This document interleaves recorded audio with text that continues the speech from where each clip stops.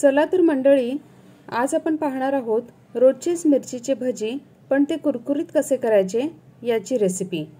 Video शेवटपर्यंत नक्की पहा, फार इंटरेस्टिंग असणार आहे आणि काही खास टिप्स सुद्धा या व्हिडिओमध्ये तुम्हाला शेवटपर्यंत पाहायला मिळणार आहेत। नमस्कार, मी जया हरणे, जयास किचन मराठीमध्ये तुमचे पुन्हा एकदा खूप खूप मनापासून स्वागत करते। सर्वप्रथम या मिरच्या स्वच्छ धुवून कोरड्या पुसून घेतलेल्या आहेत आणि त्यांना मी उभ्या चिरा सुद्धा दिलेल्या आहेत। आता त्यामध्ये मी थोडंसं मीठ लावून घेत आहे।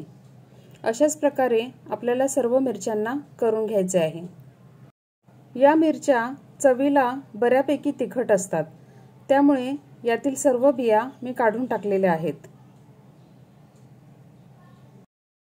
आता साहित्य पाहून घेऊयात। मी इथे घेतलेले आहे मालवणी मसाला।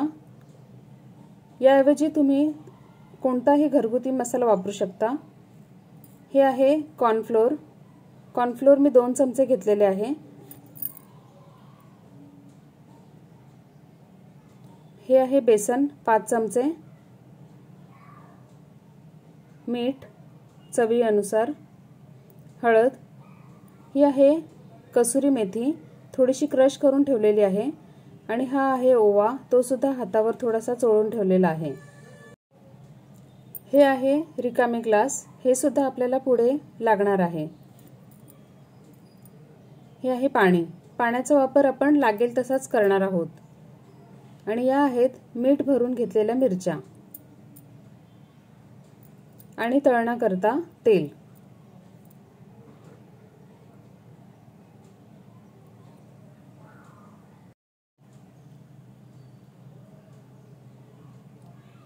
आता आपण या ग्लासमध्ये सर्व बेसन आणि कॉर्नफ्लोअर एकत्र घेणार आहोत।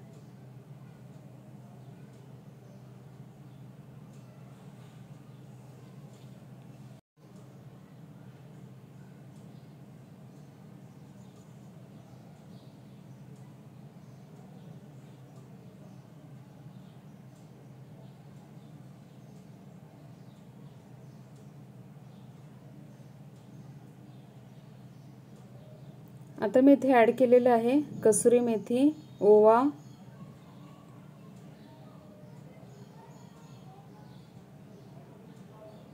मेथीचा स्वाद या भजीमध्ये खूप छान लागतो, त्यामुळे मेथीचे प्रमाण थोडेसे वाढवले तरी काही हरकत नाही। चवीपुरते मीठ,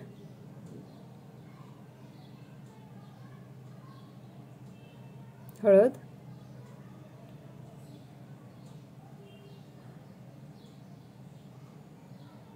आणि लाल तिखट।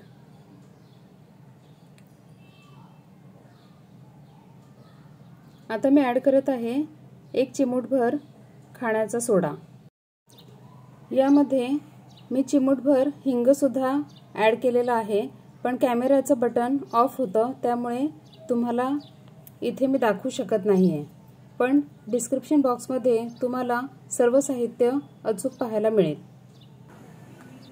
आता लागेल तसे थोडे पाणी घेऊन आपण हे पीठ छान कालवून घेणार आहोत।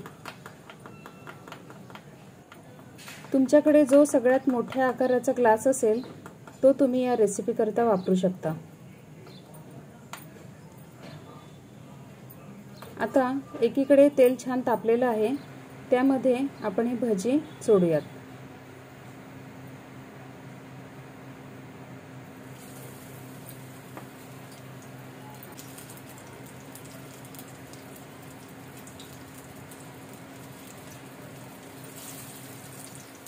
हे भजी करताना यामध्ये मूठभर चिरलेली कोथिंबीर जरी ऍड केली तरी काही हरकत नाही।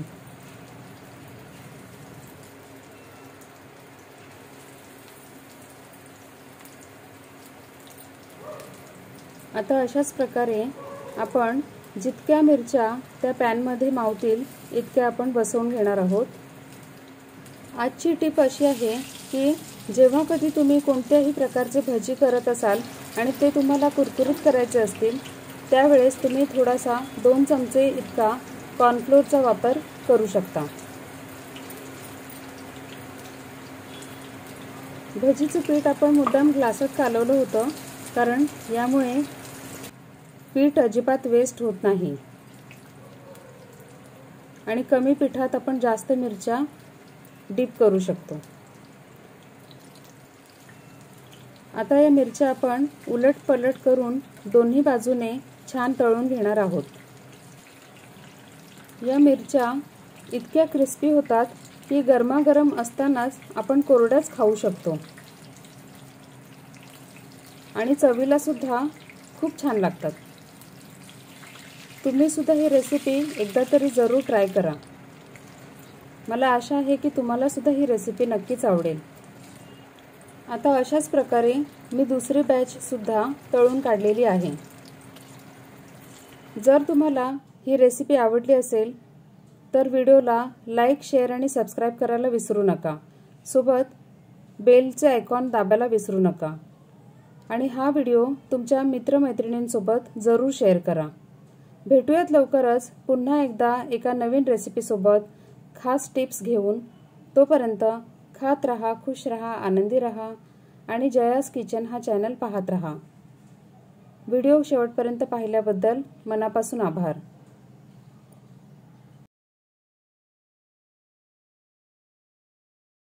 जर तुम्ही अजूनही चॅनलला सबस्क्राइब केलं नसेल तर पटकन सबस्क्राइब करा।